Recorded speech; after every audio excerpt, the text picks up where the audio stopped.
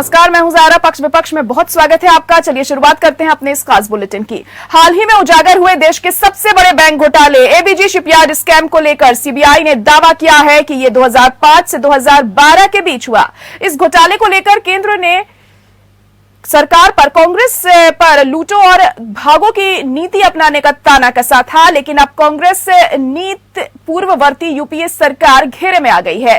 Company ने करीब 23,000 करोड़ का बैंक फ्रॉड किया है। ये घोटाला माल्या और मोदी के घोटाले के जोड़ से भी ज्यादा है। सीबीआई के बयान के बाद कांग्रेस कटघरे में आ गई है। सीबीआई ने कहा कि निजी शिपिंग कंपनी एबीजी शिपयार्ड के बैंक अकाउंट एसबीआई के अनुसार साल 2013 में एनपीए घोषित कर दिए गए थे। ये वह समय था जब कांग्रेस की अगुवाई वाली यूपीए सरकार केंद्र में थी। सीबीआई का कहना है कि कंपनी को अधिकांश बैंक लोन का भुगतान घोटाला इसी अवधि के दौरान हुआ है। उधर निर्मला सीतारमण ने कहा कि बैंकों ने औसत से कम समय में इसे पकड़ा और अब इस मामले में कार्रवाई चल रही है। वहीं कांग्रेस ने केंद्र सरकार पर आरोप लगाया है कि उसने इस मामले में एफआईआर दर्ज करने में देरी की है। साथ ही सीबीआई ने कहा है कि राज्यों द्वारा सीबीआई की जांच के लिए सहमति वापस लेने से महत्वपूर्ण मामले दर्ज करने में परेशानी हो रही है। महाराष्ट्र सहित कुछ राज्यों ने सीबीआई जांच से जनरल कॉन्सेप्ट वापस ले लिया है। जाहिर है कि घोटाला अगर यूपीए राज्य में हुआ तो कांग्रेस का दामन दागदार होता दिख रहा है। वहीं 1 जनवरी 2018 को नीरव मोदी और 4 जनवरी को उसके चाचा मेहुल चोकसी देश छोड़कर भाग निकले, जबकि प्रधानमंत्री कार्यालय में 2016 से ही नीरव मोदी और चोकसी के खिलाफ शिकायत दर्ज है। विजय माल्या 16 अक्टूबर 2015 को लुकआउट नोटिस उनको दिया गया था। इसके बावजूद 1 मार्च 2016 को उसे आसानी से देश छोड़कर भागने दिया गया। जाहिर है कि क्या यूपीए और क्या एनडीए, दोनों ही सरकार की जवाबदेही यहां पर बनती हुई दिख रही है, मगर दोनों ही एक दूसरे पर आरोप लगा रहे हैं।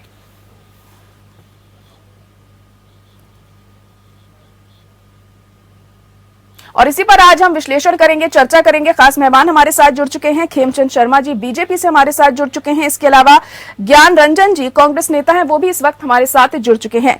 ज्ञान रंजन जी, पहले आप ही के पास आना चाहूंगी मैं। अब ये जो इतना बड़ा घोटाला हमने यहाँ पर देखा है एबीजी शिपयार्ड कंपनी का, हालांकि सीबीआई अब इस मामले में जांच कर रही है। आप लोग लगातार एनडीए पर इल्जाम लगा रहे हैं, बीजेपी पर इल्जाम लगा रहे हैं कि उनकी लापरवाही की वजह से, यहां तक कि मिलीभगत भी कही जा रही है आप लोगों की तरफ से, इस वजह से ये जो पूरा घोटाला है ये सामने आया है। लेकिन अब सीबीआई ये कह रही है कि ये जो घोटाला है 2005 से 2012 और 13 के आसपास हुआ है, तो इसलिए आप लोगों की सरकार जो उस वक्त यूपीए थी वो भी अब फंसती हुई दिखाई दे रही है। उस पर भी सवाल उठ रहे हैं, क्या कहेंगे? जयरा जी, आपको मैं कुछ बताना चाहता हूँ ऋषि अग्रवाल के बारे में। ऋषि अग्रवाल ने जब काम शुरू किया थे, एबीजी शिपयार्ड कंपनी सबसे बड़ा कॉन्ट्रैक्ट मेंटेनेंस का काम करती है और ये गुजरात में है। सबसे पहले इनका जो कनेक्शन है कैसे बीजेपी और मोदी से रिलेटेड है बताता हूँ। 1400 स्क्वायर फीट की जो जमीन देनी थी, इन्हें 700 स्क्वायर फीट में 1,41,000 स्क्वायर फीट की जमीन दे दी गई। और इसका क्या सफाई दे गया, ये सरकार के साथ काम करे इसलिए रियायती दर पे देगा। मैं आपको कनेक्शन दिखाना चाहता हूँ कि कौन किससे जुड़ा हुआ है। पहला। दूसरी बात आप आइए कि जब ये इनका फ्रॉड जो हुआ 2014 में या 13 में, जब एसबीआई ने इसको पकड़ा था और एसबीआई ने जब इसको फाइंड आउट किया था तो ट्रिब्यूनल में एक केस दिया था, तो 2013 के अंदर ही ट्रिब्यूनल ने ये बताया इनको कि आप सीधा सीधा इनसे 13,500 करोड़ वसूल लीजिए। अगर ये वसूल नहीं कर पा रहे हैं तो इनकी अचल संपत्ति नीलामी करके वसूल लीजिए। सरकार बदली, इससे ऐसा क्या हुआ कि 2018 4 साल तक बाद जब आईसीआईसी कंसोर्टियम को लीड कर रही थी, तो एसबीआई ने आगे आके जब उनके जो चेयरमैन जो बदले, उन्होंने इनिशिएटिव लिया और सीबीआई को यह मामला दिया। तब तक जो चीजें 13,000 पे रोकी जा सकती थी वो बढ़ के 23,000 करोड़ पे आ गई है। उसके बावजूद भी आप देखेंगे कि आज भी जब वो सिंगापुर का सिटीजनशिप ले लिया और वो पता नहीं ऋषि अग्रवाल कहाँ है। और सबसे इम्पोर्टेंट बात, एफआईआर होने से पहले ही क्यों लोग भाग जाते हैं मोदी सरकार से? पहले जैसे लुकआउट नोटिस से पहले लोग डाल देते हैं, आकलन लगाया जा रहा है, ट्रेल लगाया जा रहा है कि ये भी ऋषि अग्रवाल भी ये देश में नहीं है। तो मुझे ये समझिए किसके काल में क्या होगा। ये तो कहने की बात है कि अगर हम कहते हैं किसी चीज को रिपोर्ट किसी ने दिया लाके क्यों, किसके संरक्षण में हो रहा है? आखिर इसमें अगर 2013 से ही है, सीबीआई ने अपॉइंटमेंट किया, तो ऐसा क्या हो गया भाई कि आप 8 साल फिर से रखे हुए थे? ये बहुत बड़ा सवाल है सिस्टम पे। अब और ये सिर्फ बरगलाने के लिए है कि देश की जनता को भटकाने की बात है। सीधा सीधा आप एक कनेक्शन देखोगे कि सीधा से सीधा गुजरात और मोदी जी से कनेक्शन इसका निकलते हुए आ रहा है। सब भागने वाले नीरव और चौकसी जी सब मोदी जी से ही रिलेटेड कनेक्ट, क्यों डायरेक्ट कनेक्ट हैं?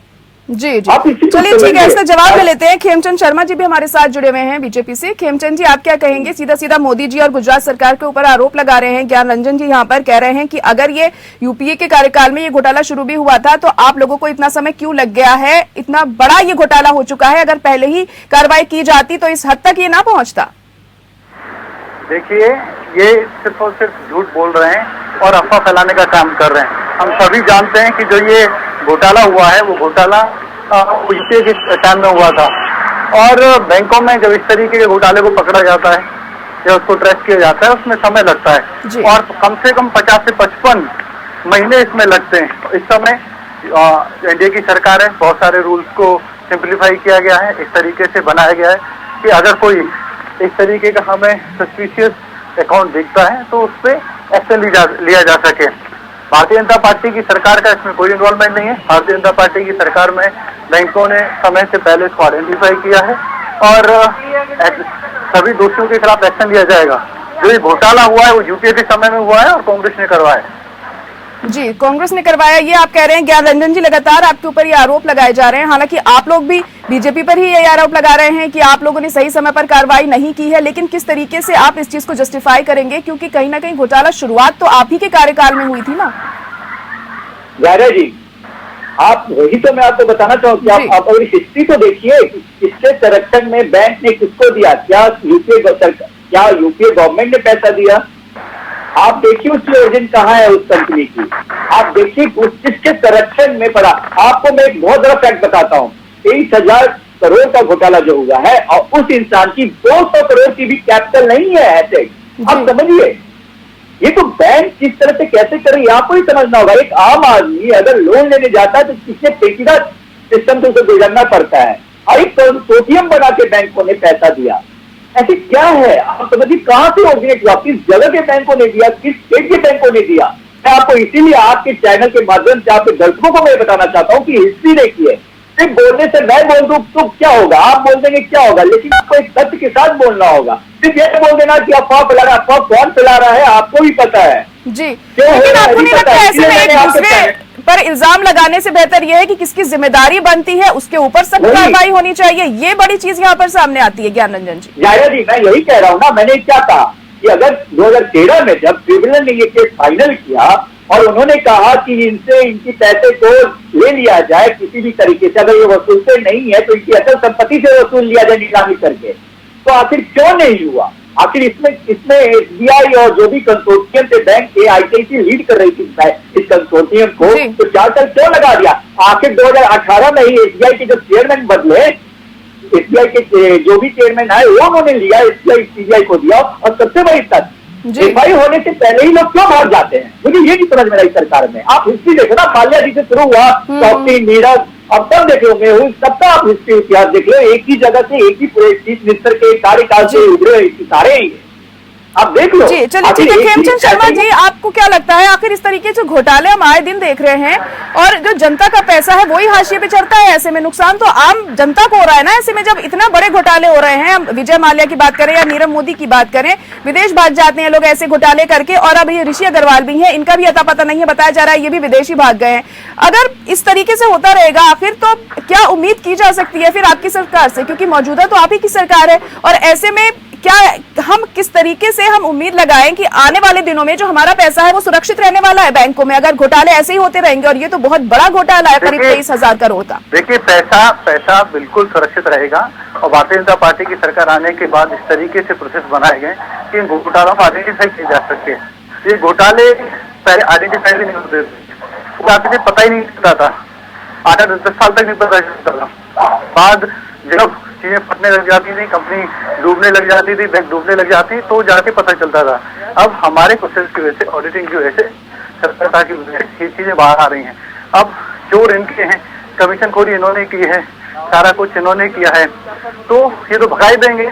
अब इनको पता है कि चोरी की है, पकड़े जाएंगे, लेकिन इस मामले में जो एफआईआर का काफी देरी से लिखवाई गई ना। देखिए पहले 2013 में एनपीए हुआ था, फिर 2016 में ये सामने आया था कि एनपीए की बात सामने आई। आप मेरा अनुरोध समझिए, दो चीजें। जी जी। बिजनेस का लीगल एनपीए होता है, एक होता है कि फ्रॉड वाला। अब इस पे इंक्वायरी हुई है और आप समय अंतराल देखोगे तो ये जो समय अंतराल है पहले से बहुत कम है, इसमें पकड़ा गया है जी। तो हमें ये समझना पड़ेगा कि समय अंतराल कम है, चीजों को ध्यान दिया गया है, ठीक है। तो ये जहाँ पे जो फ्रॉड कराया है वो कांग्रेस ने कराया है और कांग्रेस ने अपने व्यक्ति को भगा दिया और अब चोरी करते हैं, चोर को भगा देते हैं। और सवाल भी हमसे पूछते हैं कि चोर कहाँ है। अरे हमने तो चोरी पकड़ी है, चोर को भी पकड़ेंगे,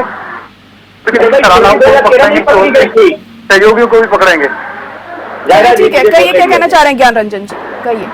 जायरा जी ये जो कह रहे हैं कि चोरी हमने करा, चोर को तो उसी दिन पकड़ लिया गया था 2013 में ही। ये फ्रॉड हुआ है, ये कैसी बात कर रहे हैं। ये तो फिर अगर ये कहते हैं कि यूपीए शासन में घोटाला हुआ तो यूपीए शासन में इससे पकड़ा भी गया, आइडेंटिफाई भी किया गया। लेकिन 2014 के बाद फिर ऐसा क्या हुआ कि 8 साल लग गए। सवाल ये होना चाहिए, सवाल ये नहीं होना चाहिए कि किसने फ्रॉड कराया।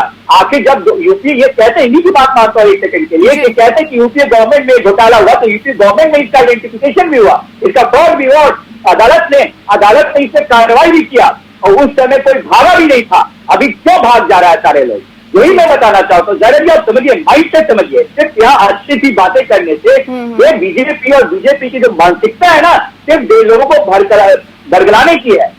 वही 23,000 करोड़ में जो देश का हवाई जहाज देखा एयर इंडिया था, इसको खरीदा जा सकता था 18,000 करोड़ में, लेकिन वहां पे ध्यान नहीं देंगे। जितने भी सरकारी संस्थाओं से बेच देंगे, निगल जाएंगे, खा जाएंगे, कैसे खाएंगे नहीं खाएंगे, और खाएंगे और अपने दोस्तों को भी खिलाएंगे। इनका ये अब ये है, ये सारी चीजें को लेकर एक ही चीज साबित होती है कि इनकी जो मानसिकता है ये सिर्फ अपने कॉर्पोरेट मित्रों के हैं, देश के जनता के लिए कुछ भी इसमें नहीं कर सकते हैं। जायरा मैम आप बात तो समझिए, इनकी बात कोई मान के चलिए कि यूपीए गवर्नमेंट नहीं फ्रॉड था तो यूपीए गवर्नमेंट आइडेंटिफिकेशन हुआ था, ऐसा क्या हुआ कि 8 साल लग गया? इसका जवाब आप ले लीजिए इनसे। जी चलिए ठीक है। विजय माल्या और नीरव मोदी के टाइम पर कि विदेश भाग जाते हैं ये लोग इस तरह के घोटाले करके, और ऋषि अग्रवाल को भी हम देख रहे हैं और 8 और लोगों के खिलाफ भी एफआईआर दर्ज है। तो ऐसे में क्या उम्मीद करें, क्या कार्रवाई होगी? ऐसे विदेश भाग जाएंगे अगर इस तरह आरोपी आसानी से, तो कैसे कार्रवाई की जाएगी?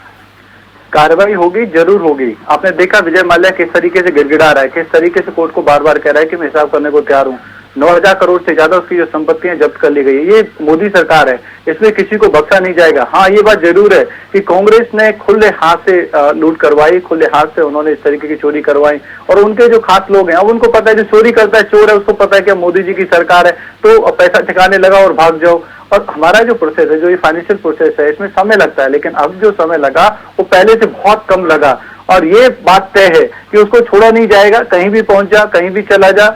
और उसके जो सरगना है और जिन्होंने पैसे को मंजूर किया या जिन्होंने फोन कॉल करके इस तरीके की रिकमेंडेशन की कि भाई इसको पैसा दे दो, उन सब पे इंक्वायरी होगी, किसी को भी नहीं बख्शा जाएगा। और कांग्रेस जो खुद चोरी करवाती है और वो बीजेपी पे आरोप लगा रही है, इससे ज्यादा कुछ हास्यास्पद नहीं हो सकता।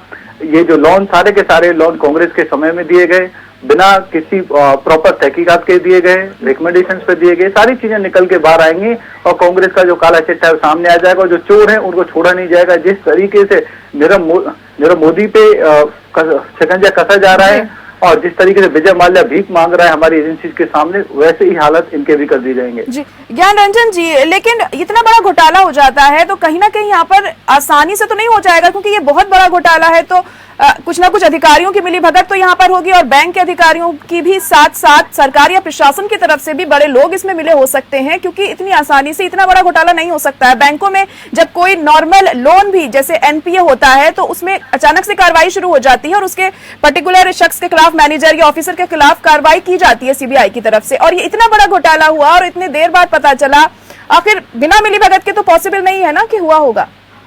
जायरा जी आप बिल्कुल सही बोल रहे हैं, यही तो मैं कह रहा हूँ। जो 13,000 का घोटाला 2013 तक था, 8 साल में 23,000 करोड़ का हो गया। जब हमारे पास पता चल गया कि ये है, ये घोटाला कर रहा है, तो इसका 8 साल क्यों लगा? पहला सवाल। दूसरी सवाल, ये जिस रिकमेंडेशन की बात कर रहे हैं वही रिकमेंडेशन इसी पे भी लागू होता है ना? ये तो क्लियर कट है। ये जो बातें बोल रहे हैं ना जायरा मैम, यही बातें हैं। ये जो कर रहे हैं वही बात बोल रहे हैं और कांग्रेस पे थोप रहे हैं। इनकी यही नियत और नियति है, सिर्फ थोपना जानते हैं, इनकी यही कार्यशैली है। आपको मैं सही बात मायने में बताता हूँ। अगर आप किसी के भी, आप एक छोटा सा एग्जांपल हो ना कि आप कभी भी किसी पे इन्वेस्टिगेशन करते हो तो आप देखते हो कि उसका बेस रूट कहाँ से है, उसके कनेक्शन क्या क्या है। एक भी कनेक्शन अभी तक कांग्रेस का सामने आया? जितने भी कनेक्शन आए रिपोर्ट में, मीडिया में, सीबीआई ने डाले हैं, क्या डाले हैं? कि सारे कनेक्शन जो ओरिजिनेट हो रहे हैं एक ही स्टेट से हो रहे हैं और किसके कार्यकाल से शुरू है, जो आज के हमारे देश के आदरणीय जो प्रधानमंत्री उनके कार्यकाल से, जो गुजरात के मुख्यमंत्री थे। आप ये देखो कि ये ट्रेंड है, कुछ ऐसे हैं कॉर्पोरेट ट्रेंड्स इनके जो इन्हीं के मुख्यमंत्री के कार्यकाल से लेके अभी तक जी है। तो ये क्या है कि कॉर्पोरेट फ्रेंडली है, कुछ लोगों के तो खास कहते हैं। अडानी को देख लीजिए, अंबानी ग्रुप को छोड़ के एशिया के सबसे बड़े समूह के पैसे वाले हो गए। अब समझिए इन सब चीजों को। तो मैं ये कह रहा हूँ कि बातें करेंगे कि हमारे साल में नहीं होता है, 2013 से 8 से 22 हो गया, 8 साल लग गया आपको सीबीआई के करने में, एफआईआर करने में। आप कहते हैं कि हमारे प्रोसेस जल्दी 55 महीने यानी तो 3 साल होते हैं, 3-4 साल होते हैं। इसमें आपका फिर भी आप 11 साल में आते हो। मैं इन्हीं की बात मानता हूँ, लेट्स एज्यूम दैट कि खेमचंद जी सही बोल रहे हैं, इन्हीं की बात मानता हूँ कि 55 महीने लगते हैं, तो 4 साल मैं सारी बात इनकी मान के चलता हूँ। लेकिन फिर भी ये जवाब दे, अभी भाग किसके रहे? क्या कांग्रेस काल में कोई भागा? कांग्रेस काल में कोई भागा आगे? और ऐसे संजोग देखिए, जिस दिन एफआईआर होती है उससे एक दिन पहले ही दावोस में वो पाया गया था चौकसी, इनके प्रतिनिधि मंडल में था। इनफैक्ट ये ऋषि अग्रवाल भी केन्या, जापान, एग्जैक्ट कंट्री मुझे याद नहीं, उसके प्रतिनिधि मंडल में ये भी गया था, ये भी एक कनेक्शन है। तो मैडम आप समझिए, सिर्फ बोल देने से, देखिए आप बुलाए और चैनल पे तो अपनी पार्टी के पक्ष रख रहे हैं, तो पक्ष रखने के लिए कुछ भी तथ्य बोलेंगे। लेकिन मैं जो बोल रहा हूँ, जो रिपोर्ट है, जो डेटा है, जो फैक्ट है, उसको मैं बता रहा हूँ। चलिए ठीक है, हम समझ रहे हैं आपकी बात। मैं पूछती, चलिए ठीक है, जवाब ले लेते हैं खेमचंद शर्मा से। खेमचंद शर्मा जी कि कह रहे हैं कि गुजरात में तो उस वक्त बीजेपी की सरकार थी, तो ऐसे में कहीं ना कहीं सवाल तो आप पर भी उठते खड़े होते हैं, क्योंकि मुख्यमंत्री भी नरेंद्र मोदी ही थे उस वक्त गुजरात के, और जो कंपनी है वो भी तो गुजरात की थी, एबीजी शिपयार्ड। बिल्कुल सही कहा, लेकिन बैंक किसके अंडर आते हैं? सेंट्रल गवर्नमेंट के अंडर। क्या वो स्टेट की बैंक थी? नहीं, ये सेंट्रल की बैंक है, और सेंट्रल की बैंक में सेंट्रल गवर्नमेंट का हक चलता है। वो ये कह रहे हैं कि अगर आप समय रहते कार्रवाई करते तो ये घोटाला बढ़ता नहीं। ये 2013 तक करीब 13,000 करोड़ का था और अब जाके 23,000 करोड़ का हो चुका है। ये कहना है ज्ञान रंजन। देखिए 2013 तक घोटाला सिद्ध हो जाता तो मनमोहन सिंह जी पे ये और आरोप लगता कि उन्होंने एक और घोटाला। सुनिए ज्ञान रंजन, सुन लीजिए उनकी बात पहले, आपने अपनी बात रखी, उनकी बात सुन लीजिए पहले। उन्होंने कहा कि सिद्ध हो जाता, 2013 में सिद्ध हो गया था, ट्रिब्यूनल कोर्ट ने बोला था। मैम ये बोला था, ये नहीं बोल रहे कि इनको मैं गलत चीज नहीं बोलने। शांत हो जाइए, शांत। चलिए ठीक है, उन्हें अपनी बात रखने दीजिए, पूरी बात सुनिए। 2013 में ये सिद्ध हो गया था, तो आप लोगों ने सीबीआई की इंक्वायरी क्यों निश्चित नहीं करी? क्यों आप लोगों ने इस पर केस दायर नहीं किया? अब सुन लीजिए, ज्ञान रंजन जी, उन्हें कह लेने दीजिए। अब सुन लीजिए, इसका मतलब आपने इंटेंशनली इसको छोड़ा, इंटेंशनली आपने घोटाला कराया, और 11,000 करोड़ को 11 रुपए नहीं है कि 11,000 करोड़ का घोटाला करा के आपने ऐसे ही छोड़ दिया। 13 के बाद 14 तक आपकी सत्ता थी, 14 में आपकी सत्ता गई है, क्यों नहीं आपने एक्शन लिया?